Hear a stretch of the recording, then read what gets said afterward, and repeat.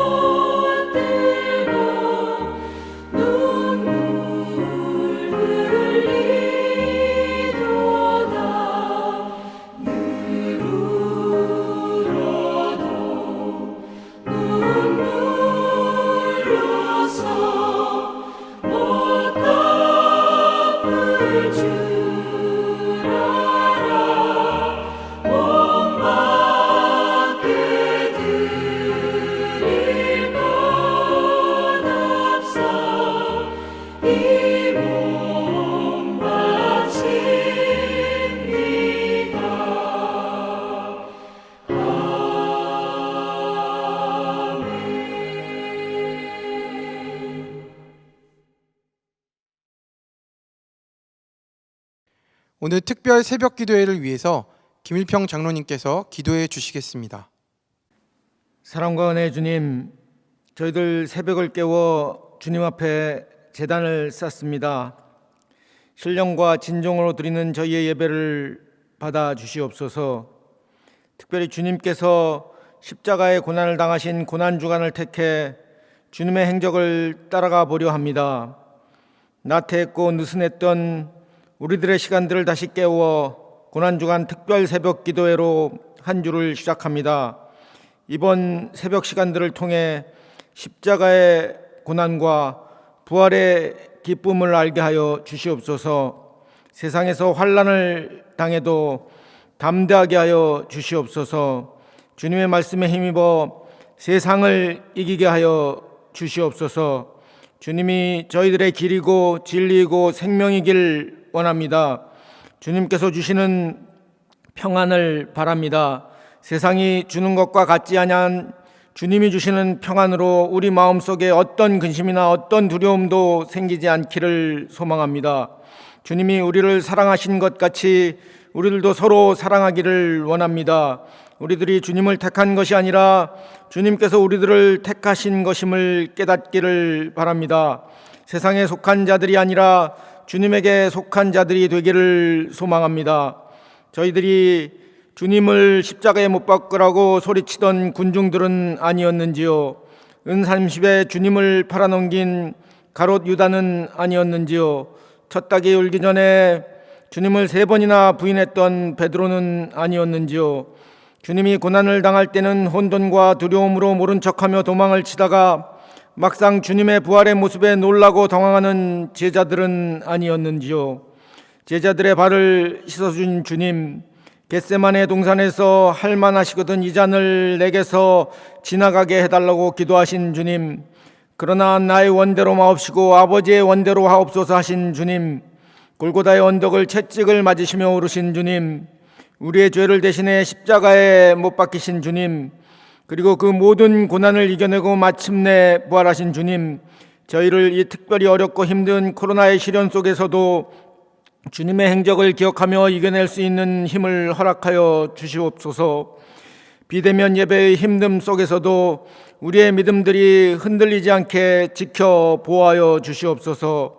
이제 새벽을 깨워 드리는 저희의 예배가 세상을 깨우기를 원합니다.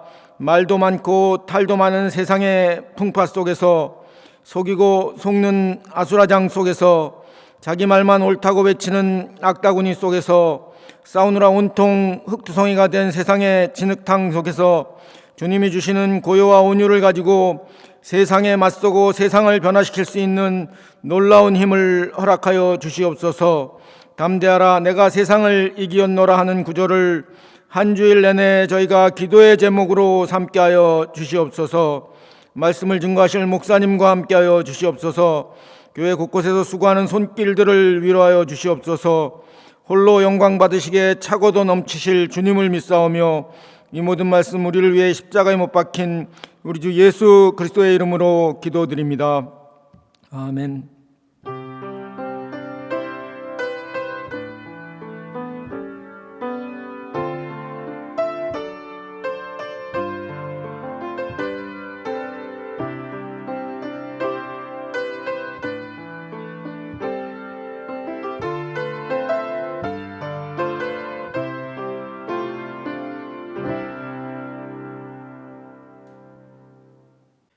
오늘 우리에게 주시는 하나님의 말씀은 요한복음 14장 1절부터 4절까지의 말씀입니다. 요한복음 14장 1절부터 4절까지의 말씀, 신약성경 171페이지입니다. 이 말씀을 통하여 하나님의 음성을 들으시기 바랍니다. 너희는 마음에 근심하지 말라. 하나님을 믿으니 또 나를 믿으라. 내 아버지 집에 거할 곳이 많도다. 그렇지 않으면 너희에게 일렀으리라. 내가 너희를 위하여 거처를 예비하러 가노니 가서 너희를 위하여 거처를 예비하면 내가 다시 와서 너희를 내게로 영접하여 나 있는 곳에 너희도 있게 하리라. 내가 어디로 가는지 그 길을 너희가 아느니라. 아멘. 성도님들, 마음은 인간의 모든 활동을 기획하는 생각의 출발 장소입니다. 그런데 이 마음속에 근심거리라는 것이 떡 하고 자리를 잡게 되면 그때부터 우리의 인생은 갈 방향을 잃어버리고 또 방황할 수밖에 없게 되죠. 성경에서 근심이라는 말에 사용된 헬라어가 타라소인데요, 이 단어는 원래 물이 요동치다 라는 말에서 유래한 단어입니다. 마치 거센 파도가 몰아치는 바다 위에서 언제 뒤집어질지도 모른 채 위태롭게 떠내려가는 작은 조각배처럼 그렇게 흔들리고 불안한 마음의 상태를 의미하는 말인데요. 조금 더 실제적으로 표현을 하자면 우리의 마음을 아예 막 확 뒤집어 놓을 정도로 고통을 느끼게 하는 아주 괴로운 상황을 말하는 것입니다.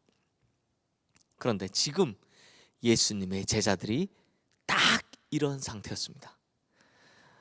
오늘부터 시작되는 특별 새벽 기도에서 우리가 보게 될 요한복음의 말씀은 예수님께서 십자가에 달리시기 전날 밤 마지막으로 제자들에게 당부하시는 말씀인데요.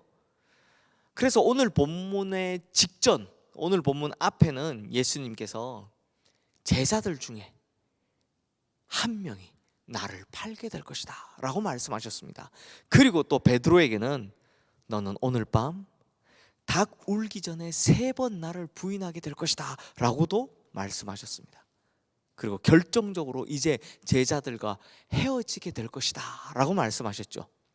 아마 당시의 분위기가요, 찬물을 끼얹은 듯 했을 것입니다. 그러니 제자들은 불안할 수밖에 없었던 것이죠. 마치 파도가 일렁거리는 바다 한복판에서 그 버림받은 조각배와 같이 제자들의 마음은 근심에 휩싸이고 근심에 사로잡힐 수밖에 없었던 것입니다. 그러자 근심에 사로잡힌 제자들을 향해 예수님께서 이렇게 말씀하십니다. 너희는 마음에 근심하지 말라. 하나님을 믿으니 또 나를 믿으라.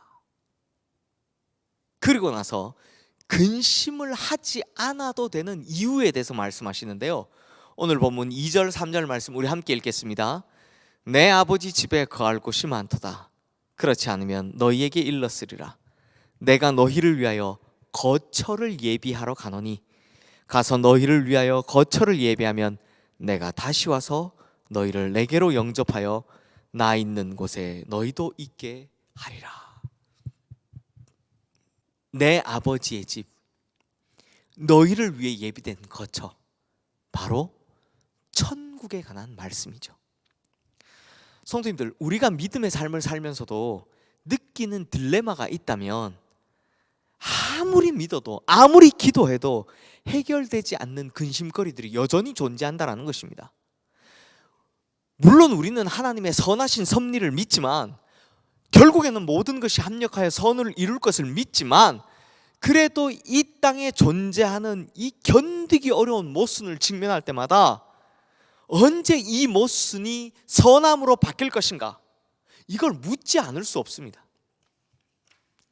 이런 상황에서 만일 우리가 소망하는 세상이 오로지 이 세상뿐이라면 하나님의 정의는 여전히 물음표일 수밖에 없겠죠.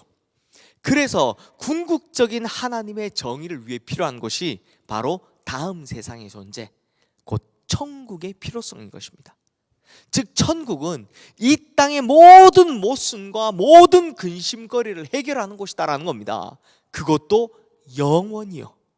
그래서 요한계시록 21장 4절 말씀에 보면 성도들이 거하게 될 영원한 아버지의 집, 곧 천국에 대해 이렇게 증언을 하고 있습니다. 모든 눈물을 그 눈에서 닦아주시니 다시는 사망이 없고 애통하는 것이나 곡하는 것이나 아픈 것이 다시 있지 아니하리니 처음 것들이 다 지나갔음이로라. 한마디로 영원한 아버지의 집은 이 세상의 모든 고통, 모든 모순, 모든 아픔이 해결되는 곳이다 라는 것이죠. 그래서 오늘 보면 3절 말씀에 보면 예수님께서는 그 영원한 아버지의 집을 준비하기 위해 죽음 건너편으로 먼저 가신다라고 말씀하시는 것입니다. 그리고 너희를 데리러 다시 오겠다고, 그래서 너희와 함께 영원히 거기에 있겠다라고 약속해 주시는 것이죠. 그러므로 우리의 하늘 집을 예비하기 위해, 즉 천국의 문을 활짝 열기 위해 예수님께서는 지금 십자가를 지시는 것입니다. 그러니까 예수님께서 인류의 죄를 짊어지시고 십자가에서 그 죄값을 대속하여 주시지 않으면 아무도 천국에 들어갈 수 없기 때문에 예수님께서 먼저 십자가를 지시고 죽으셔야만 했던 것입니다. 그런데 성도님들, 사실 저는 오늘 본문 말씀을 읽으면서 조금 이해하기 어려운 부분이 있었습니다. 이런 거죠. 지금 막 눈앞이 캄캄해질 정도로 이런 답답한 일을 만나서 깊은 한숨밖에 나오지 않는 고민에 빠져 있는데, 그때 저 멀리 있는 하늘나라의 이야기, 이게 무슨 의미가 있겠는가 하는 생각입니다. 이런 생각이 드는 거죠. 한번 생각해 보십시오. 당장에 발등에 떨어진 불을 꺼야 하는데 저 세상 이야기가 무슨 감동이 있겠습니까? 당장 길바닥에 나 앉아야 하는 판인데 저 하늘에 있다는 집에 관한 이야기가 무슨 해결책이 되겠습니까? 그러니 이런 이야기를 듣고 근심이 사라진다는 것, 이게 도대체 가능하겠냐라는 것입니다. 아니 뭐 연배가 아주 많으신 분들이시라면 그럴 수 있을지도 모릅니다. 야, 이제 내 앞에 천국이 가까웠구나, 이렇게 위로받으실 수 있습니다. 그러나 지금 이 예수님의 이야기를 듣고 있는 제자들은요, 기껏해야 20대 후반 30대 초반들입니다. 그러니 이런 젊은 제자들에게 저 나중에 만날 천국의 이야기, 이게 무슨 감동과 위로가 될 수 있겠습니까? 실제로 이 부분 때문에 기독교는 종교학에서 현실 도피의 종교라고, 피안적인 종교라고 하는 이 많은 비난을 받고 있는 상황입니다. 하지만 성도님들, 진짜 기독교는 현실의 고통을 잊도록 하기 위해서 천국이라는 마치 환각제 같은 그런 주사를 놓는 도피주의적인 종교가 아닙니다. 왜냐하면 천국이 우리에게 중요한 이유는 딱 하나, 그곳에 바로 우리 주님이 계시기 때문입니다. 성도님들, 천국에 대해서 설명할 때 흔히 듣는 것이 황금으로 만든 집이나 12진주문, 보석으로 막혀있는 성벽들, 이런 것들이죠. 그런데요, 사실 이런 것들이 우리에게 진짜 기쁨이 되지 않습니다. 아니, 기쁨이 될 수 없습니다. 왜냐하면 천국에서는 돈 쓸 일이 없는데 거기서 황금이나 보석, 진주 이런 것들이 무슨 소용이 있겠습니까? 그러므로 천국이 우리에게 진짜 천국일 수 있는 이유는 단 하나, 그곳에 우리 주님이신 예수님이 계시기 때문입니다. 즉 천국은 이 세상과 같이 물질적인 것들로 기쁨을 주고 만족을 주는 곳이 아니라 예수님 그 한 분 때문에 만족할 수 있는 곳입니다. 그래서 이렇게 예수님을 사모하고 예수님과 함께 하고 싶고, 그래서 예수님을 바라보는 것, 이걸 소망이라고 하죠. 그래서 성경이 천국에 관해서 이야기할 때 도피라고 하지 않고요, 소망이라고 하는 것입니다. 이 소망에 대해서 로마서 8장 18절 말씀은 생각하건대 현재의 고난은 장차 우리에게 나타날 영광과 비교할 수 없도다 라고 말씀하고 있습니다. 사랑하는 성도님들, 이 로마서 8장 18절 말씀에서 현재의 고난이란 우리가 안고 씨름하며 살아가는 이 많은 근심들을 이야기합니다. 실직이나 배고픔이나 육신의 아픔이나 실패 쓰라림이나 이별의 슬픔 등등, 우리가 이 세상에서 겪게 되는 수도 없이 많은 고통들을 이야기하는 거죠. 그런데요, 참 안타깝지만 이 악하고 험한 세상에서 이와 같은 현재의 고난을 완전히 피할 수 있는 사람 단 한 사람도 없습니다. 아무도 없습니다. 우리가 이 세상에 사는 동안에는 누구라도 역경과 고난을 당할 수밖에 없는 것입니다. 하지만 우리가 그 모든 역경과 고난, 또 모든 근심과 걱정들을 이겨낼 수 있는 이유가 있다면 그것은 바로 소망 때문이다라는 것입니다. 장차 우리에게 주어질 더 큰 영광에 대한 소망, 이것 때문이라는 것이죠. 성도님들, 이스라엘 백성들은요, 자기 나라가 멸망한 후에 70년 동안을 바벨론에서 포로로 살았습니다. 그러다 마침내 70년이 지나 드디어 본향으로의 귀환을 앞두게 되었습니다. 우리가 광복절날 이 해방 맞은 것처럼 이 사람들도 드디어 70년이 차서 고향으로 돌아가게 되었을 때 얼마나 좋았을까요? 하지만 실제로는요, 다시 이스라엘로 돌아가는 길이 결국 쉬운 길이 아니었습니다. 길도 먼데다가 중간중간 그들이 온다는 소식을 듣고 그들을 약탈하기 위해 기다리고 있는 도적대와 이스라엘의 부활을 어떻게든 방해하려고 하는 그 수많은 이들이 칼을 들고 그들을 기다리고 있었습니다. 그런데요, 그때 시편의 기자가 본향을 향해 첫걸음을 내딛는 이스라엘 백성들의 마음을 이렇게 표현했습니다. 시편 126편 1절에서 2절 말씀인데요, 여호와께서 시온의 포로를 돌려보내실 때 우리는 꿈꾸는 것 같았도다. 그때 우리 입에는 웃음이 가득하고 우리 혀에는 찬양이 찼었도다. 시편 기자는 본향을 향해 돌아가는 이스라엘 백성들을 꿈꾸는 자라고 묘사했습니다. 즉 희망으로 가득 찬 사람들, 소망으로 가득 찬 사람들이다라는 것이죠. 사랑하는 성도님들, 이 세상에서의 자기 본향으로 돌아가는 사람들의 마음도 마치 꿈꾸는 것 같았다고, 그래서 그 입에는 웃음이 가득하고 그 혀에는 찬양이 가득 찼었다라고 한다면, 이 짧은 한 세상을 살고 예수님께서 준비하신 내 집, 영원한 주님의 나라, 내 본향을 향해 걸어가고 있는 그런 사람의 마음은 어떻겠습니까? 천국 소망으로 인해서 웃음과 찬양이 가득하겠죠. 그래서 천국 소망이 있는 자에게는 세상 근심이 큰 힘을 발휘하지 못하는 것입니다. 그래서 천국을 소망에 둔 자의 마음에는 요동치는 근심조차도 힘을 잃게 되는 법입니다. 그러므로 우리는 천국의 이야기를 들을 때마다 근심이 가벼워져야 합니다. 천국만 생각하면 세상 그 어떤 것도 부럽지 않은 사람이 되어야 한다는 겁니다.